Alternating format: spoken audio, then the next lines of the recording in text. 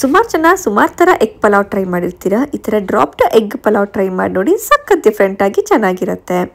ಮೊದಲು ಒಂದು ಕುಕ್ಕರ್ಗೆ ಸ್ವಲ್ಪ ಎಣ್ಣೆ, ತುಪ್ಪ, ಪಲಾವ್ ಎಲೆ, ಕಾಳುಮೆಣಸು, ಚಕ್ಕೆ, ಲವಂಗ, ಸ್ಟಾರ್ ಹಾಗೆ ಹಸಿಮೆಣಸಿನಕಾಯಿ ಹಾಕಿ ಫ್ರೈ ಮಾಡಿಕೊಂಡು ತೆಳ್ಳಗೆ ಉದ್ದಕ್ಕೆ ಹೆಚ್ಚಿರುವಂಥ ಈರುಳ್ಳಿನ ಹಾಕೊಂಡು ಗೋಲ್ಡನ್ ಕಲರ್ ಬರೋವರೆಗೂ ಹುರ್ಕೋಬೇಕು.